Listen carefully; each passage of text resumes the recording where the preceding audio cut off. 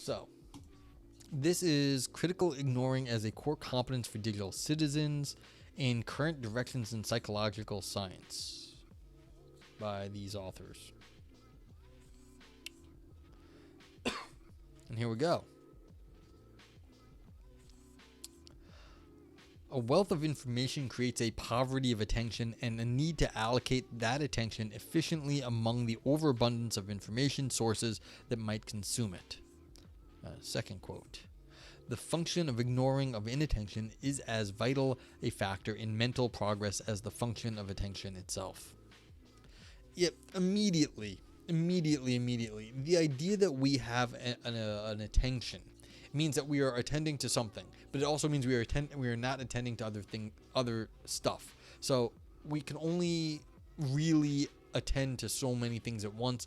And the more I think about this, I was thinking about this actually earlier today, we don't even attend to that many things. It kind of like the mindset you get in, you can attend to a few things at sometimes. Other times you can only attend to one thing. Like if you're reading a book, you're attending to the book and the words in the book. Other times you might be looking at like a scene, but that's not the same.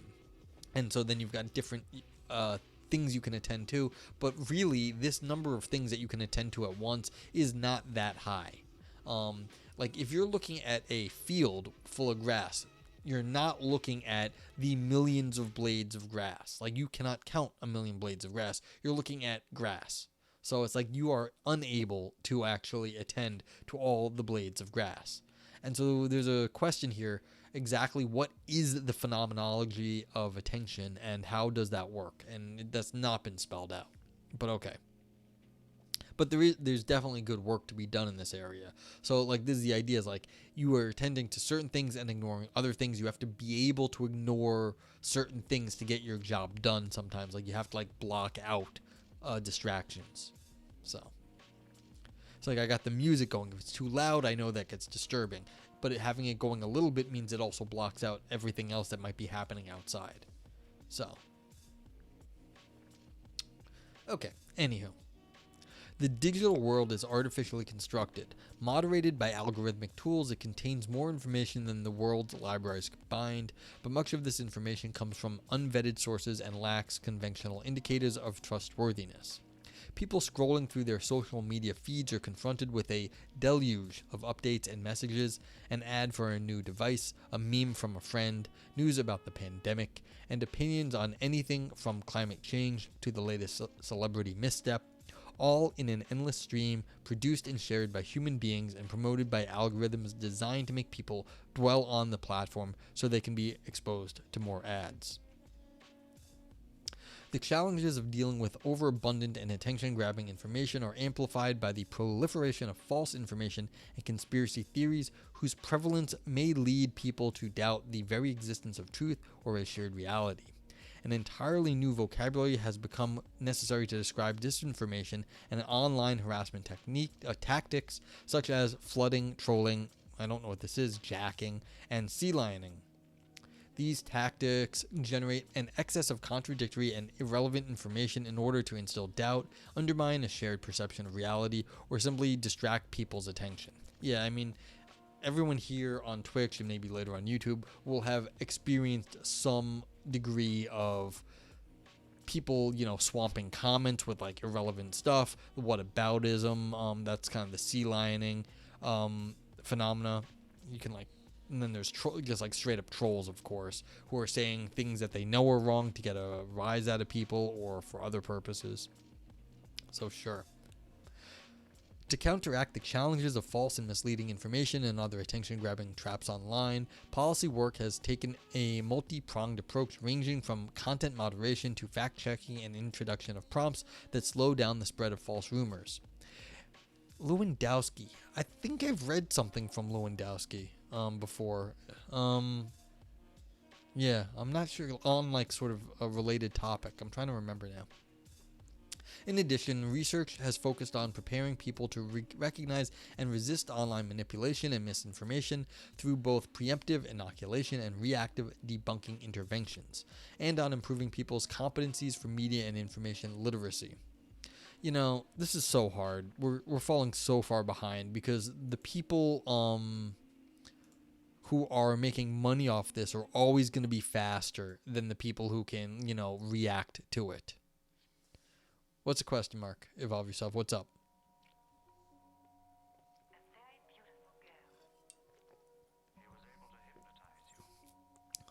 Talk to me, Evolve yourself.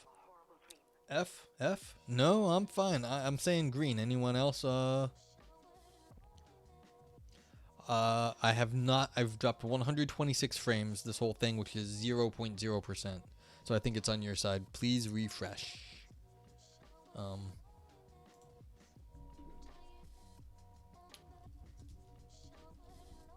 know if anyone else is paying attention at the moment, but that's okay. Yeah, I don't know, but thank you for paying attention here. Okay, cool. Yep, it's Twitch has been, Twitch has been twitching lately, doing the things Twitch does. Yeah. Why? Thank you, Anne. Yeah, I mean, Twitch has been a little funky in the last few days. I don't know, but my upload rate's been pretty good so far, so we'll see. Yeah. Much effort has been... Oh, you're setting up something excellent. Much effort has been invested in... Oh, is it going to be on stream, or is it just for your own... or other streaming activities? Much effort has been invested in repurposing the notion of critical thinking that is purposeful, reasoned, and goal-directed, from its origins in education to the online world. For example, Zucker, addressing the National Science Teachers Association, wrote that because of the flood of misinformation, it is imperative that science teachers help students use critical thinking to examine claims they see, hear, or read that are not based on science. Content making activities, a pretty set. That is wonderful. Good content is good. Okay. As important as the ability to think critically continues to be, we argue that it is insufficient to borrow the tools developed for offline environments and apply them to the digital world. When the world comes to people filtered through digital devices, there is no longer a need to decide what information to seek. Instead, the relentless stream of information has turned human attention into a scarce resource to be seized and exploited by advertisers and content providers. Investing effortful and conscious critical thinking in sources that should have been ignored in the first place means that one's attention has already been expropriated. Digital literacy and critical thinking should therefore include a focus on the competence of critical ignoring, choosing what to ignore, learning how to resist low quality and misleading but cognitively attractive information, and deciding where to invest one's limited attentional capacities. This sounds like they're just drumming up more support for what they're saying as being special. I don't see how this is in any way, shape, or form different from getting people to critically evaluate what they're looking at, which is, they're calling it critically ignoring, but that's basically the same thing as like critically looking, only studying, high quality sources. It's just the flip side. So the idea that they're saying that there's a special critical ignoring, I think is a little window dressing on their paper. That's not to say that what they are saying is wrong. I probably agree with them, but like, this is all window dressing. Yes, it's new that there's a relentless stream of information and that the advertisers are ahead of the game in the war for people's eyeballs at the moment. But again, we have to change that setup, and the critical ignoring is basically, don't be reading just all the clickbait. That's all it is. It's like, everyone knows that now. How to do that, again, we can train people, but again, you have to, that's basically what they're saying is, don't fall for the clickbait. But, that's not a new story, but I don't think what they're going to say is wrong here. I'm just saying, it's ain't as new as they trying to make it out to be right at the moment. Information selection in the attention economy. Being selective about available information is at the heart of human cognition. Virtually any time people process a stimulus, they do so only because they are ignoring multiple competing stimuli. You see, this is what I was thinking about earlier. Virtually any time people process a stimulus, they do so only because they are ignoring multiple competing stimuli. What is the content of this statement? It's like, do we actually ignore certain things, or is it that what focuses? Like, I'm not really so sure what that means right there. But anyway, it's like, yes, you're only doing certain things at certain times. You're never doing all the things all the time. Okay, at the level of perceptual processing, the mind must ignore irrelevant sensory information in order to focus on important objects in a continually changing environment. Yeah, I mean, if you have to be focused, you have to be focused. The general ability to perform cognitive tasks, drawing on working memory capacity, is related to the ability to suppress irrelevant distractors. Ignoring information is also a distinctive feature of decision making of a boundedly rational mind. For example, a real world mind that is limited in time, knowledge, foresight, and cognitive resources. Now, this is always a thing. Like, leadership requires decision making in real time. You have to be able to, like, make decisions under incomplete information, basically. And so this is like a rational mind. It's also a leadership property. You can see discussions of this in different places. So it's not that you're ignoring information, it's that you have to prioritize certain information sources. Okay, a key class of decision-making strategies consists of heuristic strategies. Yeah, that's right. You have to use fast-working, high-quality strategies, but that still could be wrong. Their nature is to ignore part of the information with the goal of making decisions more quickly, frugally, and or accurately than is possible with more complex strategies. Yeah, Giga Renzer is the person to read about on that from heuristics. Information selection is mediated through one's physical and social environments and their cues that signal, among other things, danger, reward, or emotional states of other people. Being attuned to these valuable signals and ignoring what is essentially irrelevant is crucial for efficient functioning of any biological or artificial agent with limited resources. Ideally, humans' cognitive tools for separating valuable from to-be-ignored information are adapted to the environment they operate in. However, humans' long-standing, evolved, learned, and taught tools for information selection may be inadequate in the digital world, where the power of information filtering and control over the environment signals rest mainly with platforms that curate content through a combination of algorithmic tools and choice architectures that is designed for presenting choices to users. I don't know if this is fair, because we've always had control of propaganda. Granted, we now have more propaganda, but we've always had propaganda controlling what people have seen. And, there's nothing new about any of this. We've just got more technology now. And so the idea that we're controlling what people see is not a new idea. How we're doing it with very sophisticated algorithms online, that's new, but that's just a technological advance, not a new way of controlling people. I mean, we've been controlling people through what they have access to forever. Okay, for instance, in the world of small social groups in which humans have evolved, paying attention to surprising or emotionally charged information is important because it usually signals potential dangers or rewards. However, online, the same cues and attention markers that indicate important information in a social group can be misused by content generators to attract attention to falsehoods and tempt people into spreading them. I mean, the idea that you're not going to get lied to in small groups is like wrong too. You are going to get lied to in small groups. That's what like a gossip is. Gossip is lying about in small groups. Like, gossip is a thing here. And so again, I find this sort of funny. These people are acting like everything is so new, but it's really not. There's been gossip forever. They continue. Indeed, Vosugi et al. Found that false stories that successfully turned viral were likely to inspire fear, disgust, and surprise. True stories, in contrast, triggered anticipation, sadness, joy, and trust. The human proclivity to attend more to negative than to positive things may explain why messages featuring moral emotional language, for example, language expressing negative emotions such as moral outrage, are more likely to be shared than messages with neutral language. Yeah. Unscrupulous content generators can exploit this bias and can continually refine the messages by monitoring the success measured by engagement and sharing of different versions, a facility known as A/B testing that is at the heart of Facebook's advertising system. Yeah, I mean, that's basically what Twitter and Facebook all do, and I'm sure Google and Microsoft and everyone else is looking at.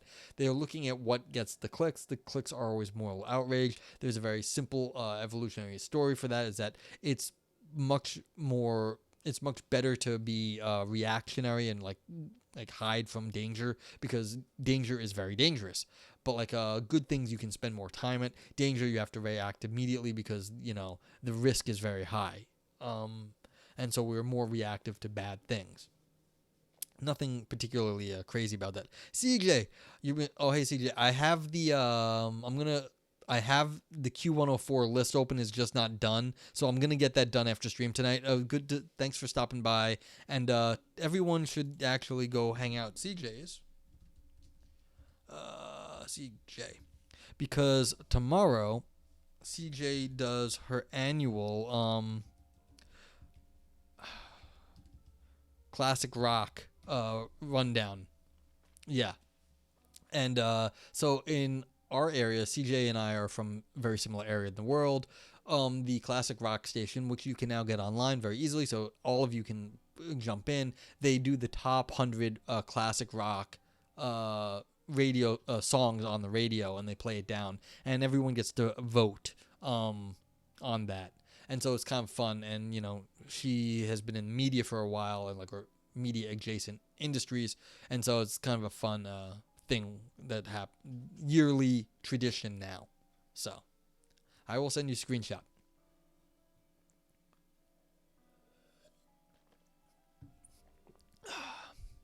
But yeah, and have good sleeps. So yeah, if you're going to bed, have good sleeps, rest well. Okay, what was I saying? Who was I yelling at? Who was I yelling at? I was yelling at somebody. Oh yeah, why is moral outrage? Which CJ would know, because they have been doing engagement at one of the media companies recently. I don't know if they're still doing it, but they were. What gets the clicks? And yeah. So yeah, this A/B testing, I don't know exactly what Facebook does. See Meta, so they got a link on that, but that is what drives clicks, and that's what Twitter. What gets the advertising dollars is usually moral outrage nowadays, which is a very, very cheap emotion, but effective. Okay. Misleading and low-quality information becomes an even more profound risk when it is part of a targeted campaign. The infodemic of misinformation and calculated disinformation about COVID-19 not only pollutes the web with false and dubious information, but also undermines citizens' health literacy, fosters vaccine hesitancy, and cultivates detrimental outcomes for individuals and society. This infodemic is non-trivial because exposure to misinformation has been shown to reduce people's intention to be vaccinated against COVID-19. I'm not like disagreeing with anything here, but the throwing around jargon, I understand this very well. Being in philosophy, there's always more jargon. Like, just stop the jargon. Like, there's nothing like super new about this. You're throwing around jargon, and I don't appreciate it. But anyway. Such harmful content, although it might be shared and embraced by a part of the public, often originates from malicious actors who are motivated by a variety of factors, including financial, ideological, and lobbying interests. For example, climate denial is a concentrated effort.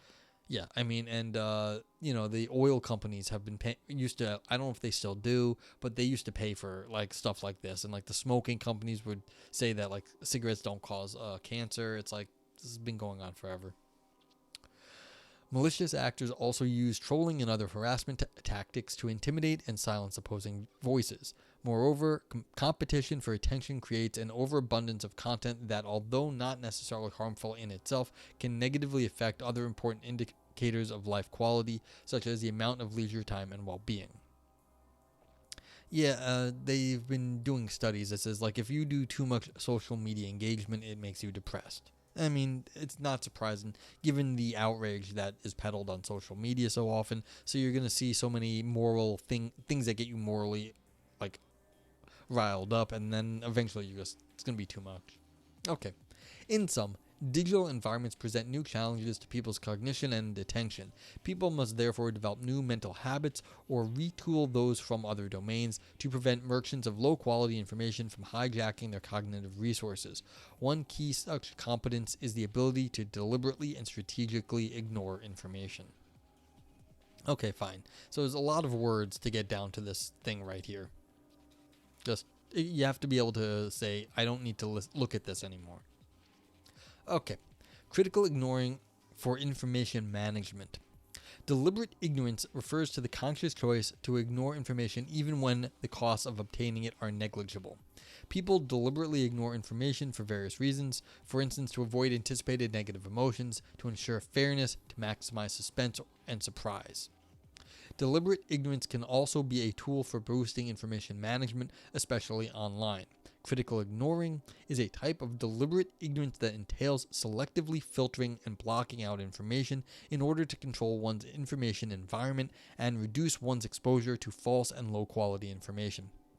Okay, if they had called it this from the get-go, I'd be less angry. Selective filtering. That's very much what I think is going on here. You just have to put a better filter on what you're letting into your take up your life. Basically, anytime you're getting advertised to and you don't want to be advertised to, that's someone, taking up space in your mind. And so you have to be able to filter this stuff out. Like how? But okay, but like that's basically all that this means, is like you have to just get better at filtering out all the noise. Okay, this competence complements conventional critical thinking and information literacy skills, such as finding reliable information online by specifying how to avoid information that is misleading, distractive, and potentially harmful.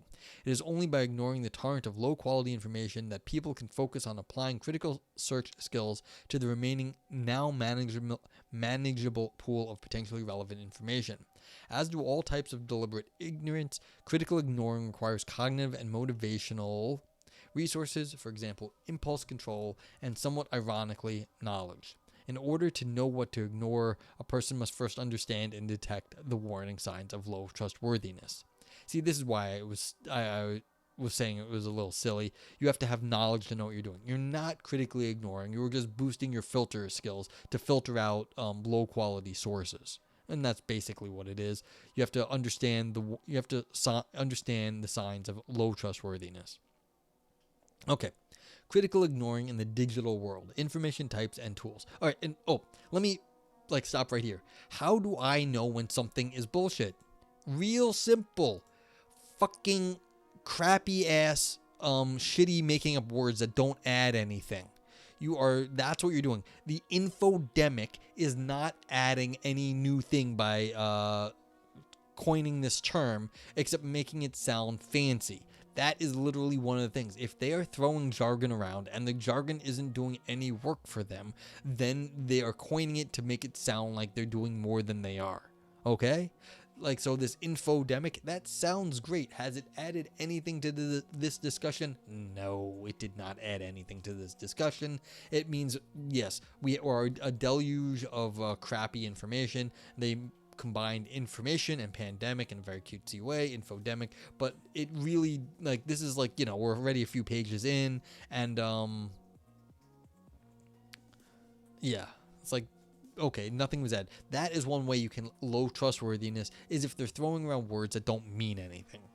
It's they were using it for effect here, which is, I'm not criticizing them, it's not that terrible, but right there, it's why I get annoyed about this, is just say what you mean. You don't need to use extra jargon. And in philosophy, you get that all the time. People are making up jargon for what good reason, I don't know, but they want it to sound good. And that's how it often goes. Well, there you go. How you know when someone's screwing with you? They use words that they know you don't know because they made it up. And then they use it to whatever effect they want because it means what they want it to mean, and they know you're not experienced with it. And so you're going to have to give them the benefit of the doubt, and then they've already got you in their little, they've got you wrapped up in their story. Okay, critical ignoring in the digital world, information types and tools. What are strategies for implementing critical ignoring? Different types of Different types of problematic information, such as distracting information, misinformation and disinformation, and interference by malicious actors, may require different mitigation strategies. We discuss 3 strategies: self-nudging, lateral reading, and the do not feed the trolls heuristic, and the circumstances in which they can be applied. Self-nudging, removing distracting and low-quality information. Clickbait stories, a bullet in the air, a nightmare that could happen. Emotional and sensational content, breaking news, the various forms of low-quality information are as tempting to the attentional system as junk food is to the taste buds. The key to controlling addictive habits, whether cutting out online gossip or sugary treats, is not to exercise superhuman willpower, but rather to employ situational control strategies. This involves making changes to one's environment in order to manage exposure to temptation. For instance, someone who cannot resist sweets can make them less acceptable, putting them at the back of the hardest to reach shelf to help control the urge to eat them. The same rationale can be harnessed for an information diet. Self-nudging is a cognitive boost that fosters people's competencies to design their environment in a way that works best for them. Self-nudging has roots in research on a behavioral policy approach called nudging. Yeah, and nudging is actually what all the online sites are doing. They're trying to get you to, slightly be a little bit more agreeable to what they have to say. And they do that through various techniques. But like nudging can be, putting certain kinds of ads next to certain kind of information because that will make you feel a certain way about that information. So, I mean, sometimes, like, what was it? Basically, like, if you can put people in, for some reason, I get, like, women's bags and, like, clothing ads next to certain information. I don't know why, like, I get those ads there. Like, there's no reason for me to be getting, like, women's bag advertisements, but I'm sure that, like, on average, the people who are looking at that information are people who are that kind of, like, maybe I'm looking at the same things as people who buy expensive bags, so whatever that is. But like the idea they put that information next to this that ad next to this information may make it slightly more likely that the people who are reading that information will feel a certain way and maybe also buy the bag. Okay. So, policy approach called nudging and psychological research on situational self-control. Using extensively studied mechanisms of interventions such as positional effect, that's just what I was saying. And for example, making healthy food options more accessible in a supermarket or cafeteria, defaults, making data privacy a default setting, or social norms, the self-nudger redesigns choice architectures to prompt behavioral change. We read a paper on this a few weeks ago in Roulette, if anyone's wondering. They can look that up. However, instead of requiring a public choice architect, self-nudging empowers people to change their own environments, thus making them citizen choice architects whose autonomy and agency is preserved and fostered. Okay, so here we go. So we've got a nice little chart here, and then here are the ways to do it. So here's the self-nudging to get away from low-quality information. There's this lateral reading. All right, so we'll get to it, but basically this is a nice little way to what you're trying to do and what you're trying to counteract and how to go about these things. All right, to deal with attention-grabbing information online, people can apply self-nudging principles to organize their information environment so as to reduce temptation. For instance, digital self-nudges, such as setting time limits on the use of social media, for example, via time apps on the iPhone, or converting one's screen to a grayscale model, have demonstrated to help people reduce their screen time. A more radical self-nudge consists of removing temptations by deactivating the most distracting social media apps, at least for a period of time. In a study by Alcott et al., participants who were incentivized to deactivate their Facebook accounts for 1 month gained an average of about 60 minutes per day for offline activities, a gain that was associated with small increases in subjective well-being. Yeah, so again, get off the internet if you want to feel better. Reduced online activity also modestly decreased factual knowledge of political news, but not political participation, as well as political polarization, but not affective polarization. As this study shows, there are trade-offs between potential gains, for example, time for offline activities, and losses in losses, for example, potentially becoming less informed in such solutions. You agree with that? Yeah, I mean, as far as I can tell, like this is this is really what people have to do nowadays. Is you need some offline time. I completely agree.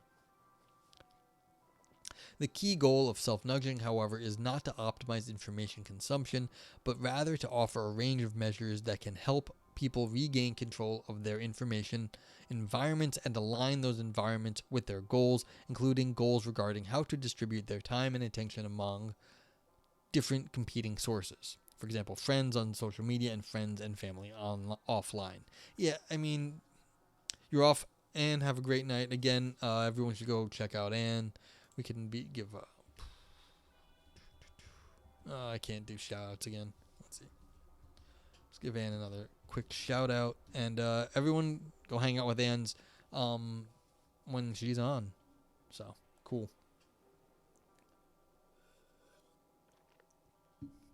Thanks for being here. Appreciate it, Anne. Yeah, I mean, it's like go to bed. It's like get good sleep or go do something else sometimes. Being online constantly is subjecting yourself to too much advertising nowadays. This is the online economy is one of advertising, it's one of surveillance. They're trying to figure out what you're up to and then change your habits, and that isn't going to work out if you're online constantly. Of course, you can do great things online, but like you got to get out into meet space sometimes and meet people, and then just be the online thing is it's like it serves to boost itself, and so and who's getting paid. It isn't you, probably. You have to think of like who's getting paid and what you're doing about that. So yeah, starting to go here. All right, but we're getting somewhere in this paper at least. Lateral reading, verifying credibility on the web. Now that's super hard. How do you know who's telling the truth here? Am I telling the truth? I don't fucking know. Organized disinformation or misleading information that masquerades as legitimate is difficult to ignore, especially when it comes from political leaders and celebrities. Sources that disseminate such information adopt easily gamed indicators of epistemic quality, such as official-looking logos, scientific language, and top-level domains. This is what I was just saying. When they were making up words earlier, it's like, I don't appreciate that, and you know it. And this is why. Yeah. And like you pay for a good-looking website, basically, is the other part of it. It's like, yeah, you pay for a good-looking logo or a good-looking like website. It's like it's all the same stuff. And they do that to appear trustworthy. Other tricks include adding hyperlinks to reliable sources that look dependable enough to mask the fact that the sources do not actually support the claim being made. This happens a bit too. On one of my Roulette videos on YouTube, someone started linking stuff saying he basically was racist. Was trying to support a racist thing, and they started linking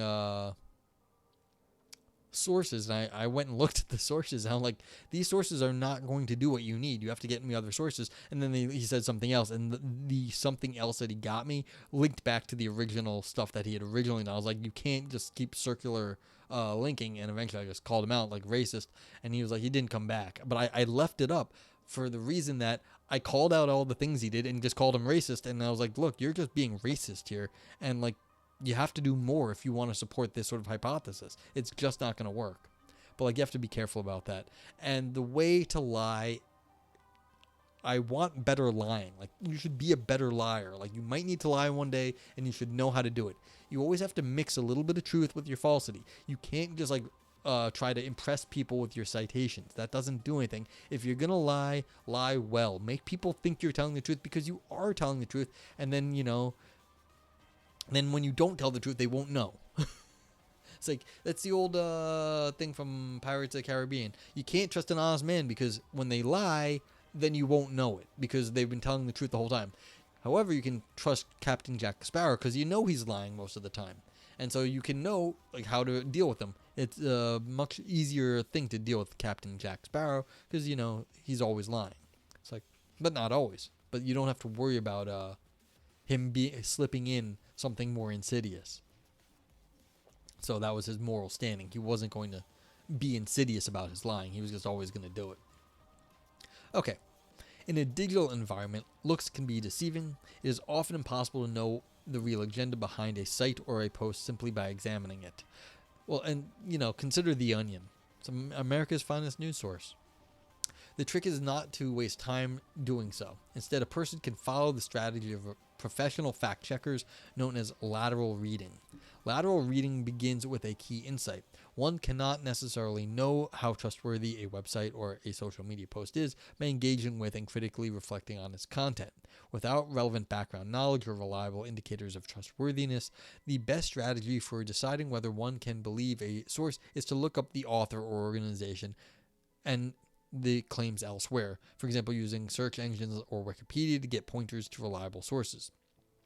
The strategy of lateral reading was identified by studying what makes professional fact checkers more successful in verifying information on the web compared with other competent adults. So undergraduates at an elite university with PhD historians from 5 different universities. Instead of dwelling on an unfamiliar site, for instance, reading vertically, fact checkers strategically and deliberately ignored it until they first opened new tabs to search for information about the organization or individual behind it. If lateral reading indicates that the site is untrustworthy, examining it directly would waste precious time and energy. Although this strategy might require motivation and time to learn and practice, it is a time saver in the long run. In the study just mentioned, fact checkers needed only a few seconds to determine trustworthiness of the source. This seems like this is a great idea. The problem is, you want to know who's doing this? PhD historians from 5 universities. These are already incredibly smart people. You're not getting PhD historian level people. Like, this is asking Shane McInnes to go do stuff, and you're expecting your everyday schmo to have Shane's encyclopedic understanding of stuff. It's not you're not going to get people to do this because yes, it's easy if you have already figured out what's going on in the world. If you are someone who is in the mix of reading crap online, they aren't going to be able to do this. It's it's gonna although this requires motivation and time to learn and practice, yeah, but it's gonna take a huge amount of motivation and time for most people to learn and practice. So I find this very unrealistic. And this is you can do this, but the idea that someone who say is been in a media silo, they've been listening to the same thing saying you can't trust these other sources because they're lying to you. And that's what they've been doing. Certain media sources say you can't trust the other ones because they're lying to you, and so you don't trust them to begin with, and so you can't do this lateral reading strategy. And so it's it's not just that you can learn how to do this. The old stuff has to be unlearned, and then this is and then figured out who can actually be relied upon. And that's exactly what most of these people are saying. You can't trust the mainstream media. You can't trust media sources. You can only trust us. And that's how they keep you in the media bubble. So, but it would be great if people would do this. I just don't think this is realistic. But yeah. Okay. Lateral reading is part of the Civic Online Reasoning curriculum, whose effectiveness has been demonstrated in multiple studies. Yeah, again, you need people who are going to take a Civic Online Reasoning curriculum, which is going to be super hard. All right, for instance, in a recent field experiment across an entire urban school district in the United States, students who completed 6 50-minute lessons focusing on lateral reading and related strategies were significantly better judging the credibility of digital content relative to studies in a control group. Panizza et al. Testing adults also demonstrated that lateral reading can improve the ability to evaluate the accuracy of unfamiliar sources on a social media website when prompted by a quick pop-up with tips on how to check information's credibility. Again, getting people to do this is hard. I mean, if these are students in a urban school district, that means they are captive. You can force the kids into doing this. And then, all right, so this person, Panizza et al., tested adults And they said, okay, if you are on a site you already trust, you can get them to use a pop-up. But like, again, kind of hard to get like this pop-up working across the board, especially when there'll be people who want to control how the pop-ups work. So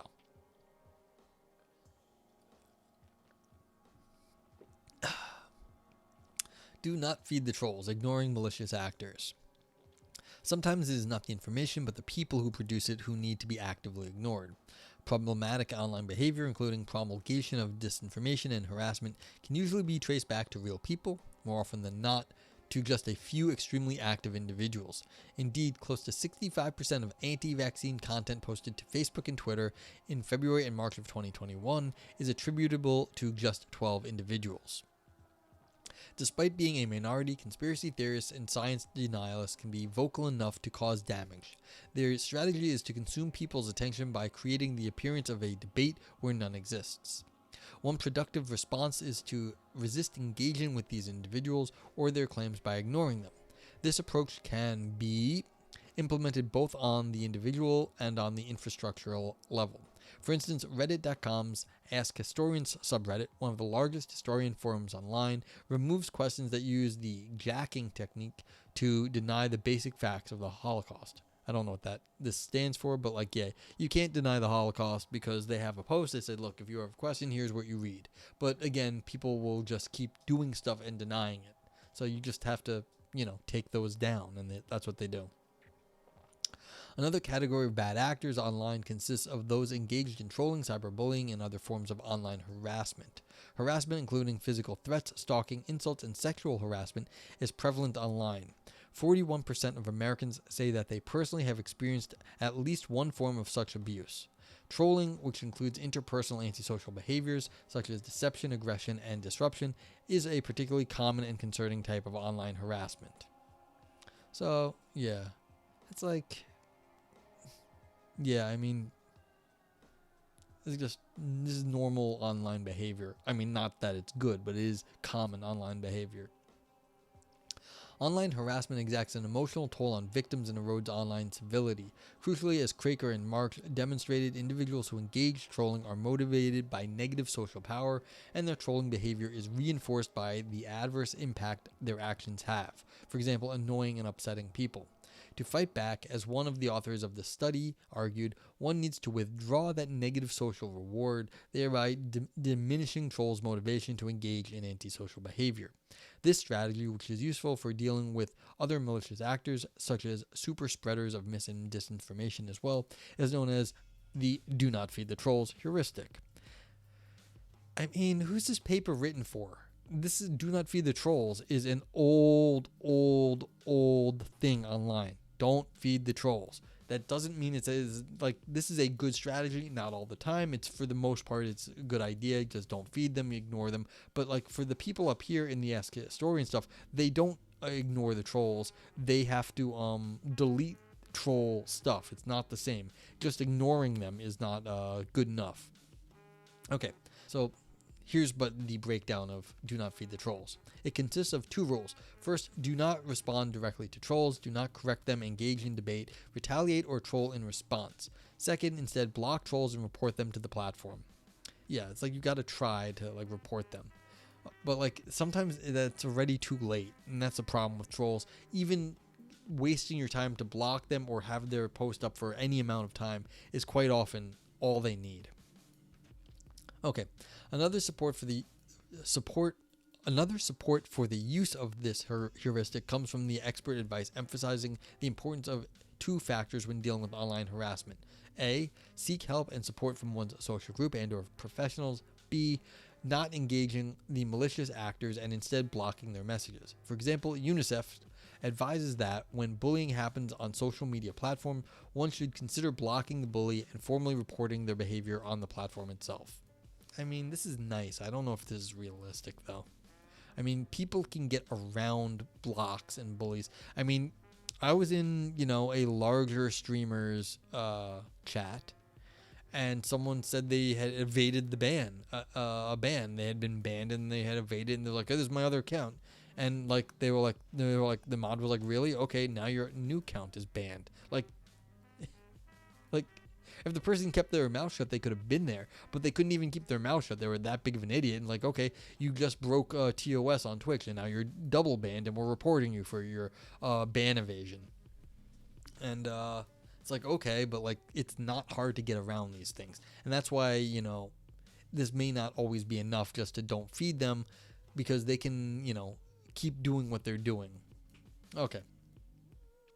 Finally, it is important to note that no one can or should bear the burden of online abuse and disinformation alone. The do not feed the trolls heuristic must be complemented by users reporting bad actors to platforms and by platforms implementing consistent content moderation policies. It is also crucial to ensure that trolling and flooding tactics of science denialists are not left without response on the platform level. Platforms' content moderation policies and design choices should be the first line of defense against harmful online behavior. Strategies and interventions aimed at fostering critical thinking and critical ignoring competencies in online users should not be regarded as a substitute for developing and implementing systematic and infrastructural solutions at the platform and regulator levels. Empowering individuals and fostering better digital competencies is part of the defense against online harm, but must not be misused by regulators and platforms as an alibi for doing nothing. Yeah, and this is always the give and take here, because the problem is these online these people, like they said, there was like 12 people, just 12 individuals that put out 65% of the anti-vaccine content.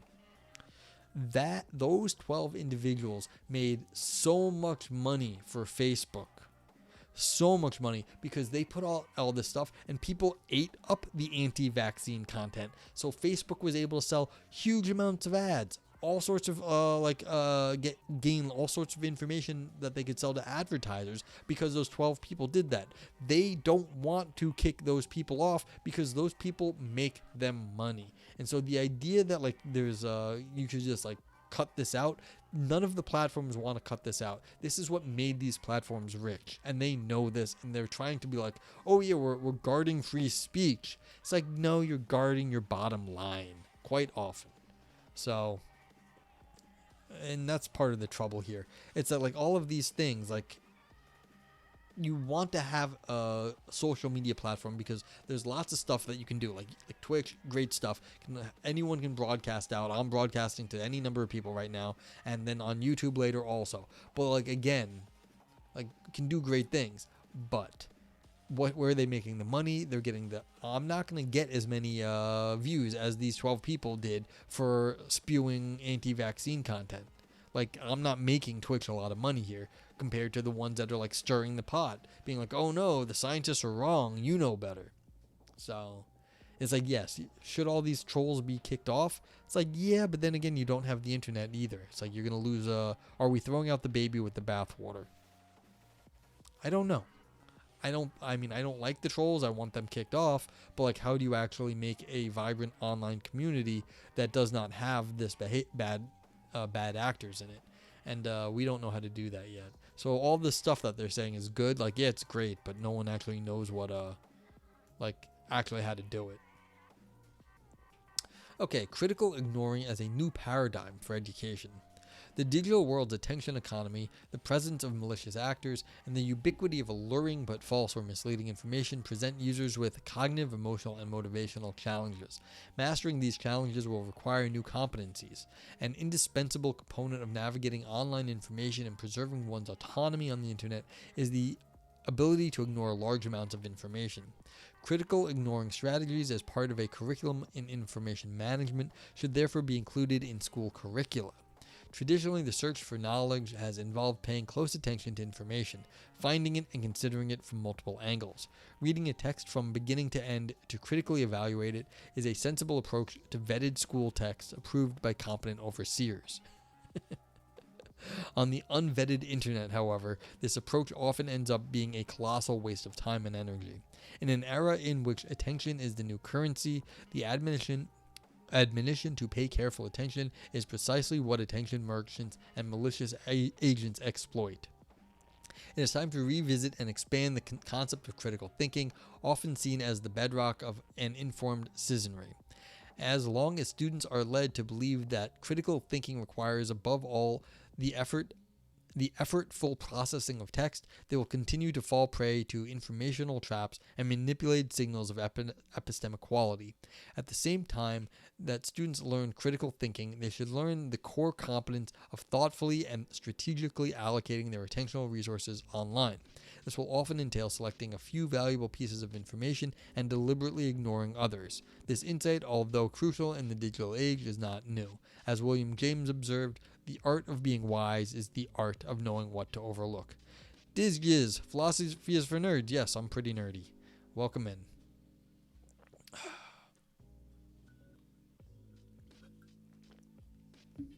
Yeah, this was actually about, this paper was okay. I mean, this was kind of, I don't think this paper was really directed at me. Too much thinking, not much doing? No, that's fair. I mean, it's an old statement, too. I mean, they used to make fun of, like, the first official philosopher, Thales. They used to say that he, he was like a bum, just thought about stuff all day. And so Thales, he was kind of a scientist, part-time scientist.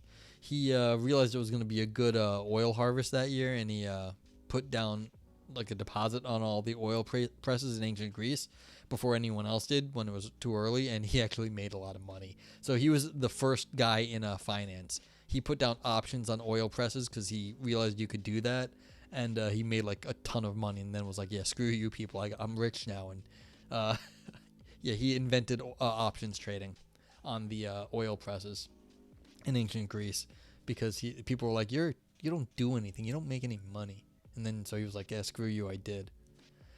But that was 2,500 years ago, and now we have cryptocurrency to lose your money on instead.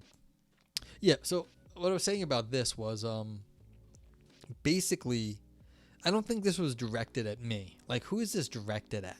I feel like this was sort of directed at like teachers and like what we need to focus on. And so this is like kind of a paper, but like not for, it's not a philosophy paper, clearly. It's as a psych thing. But even within psychology, this I feel like is more for how do we deal with the new online situation where you're overwhelmed by all the information, and then there's trolling, of course.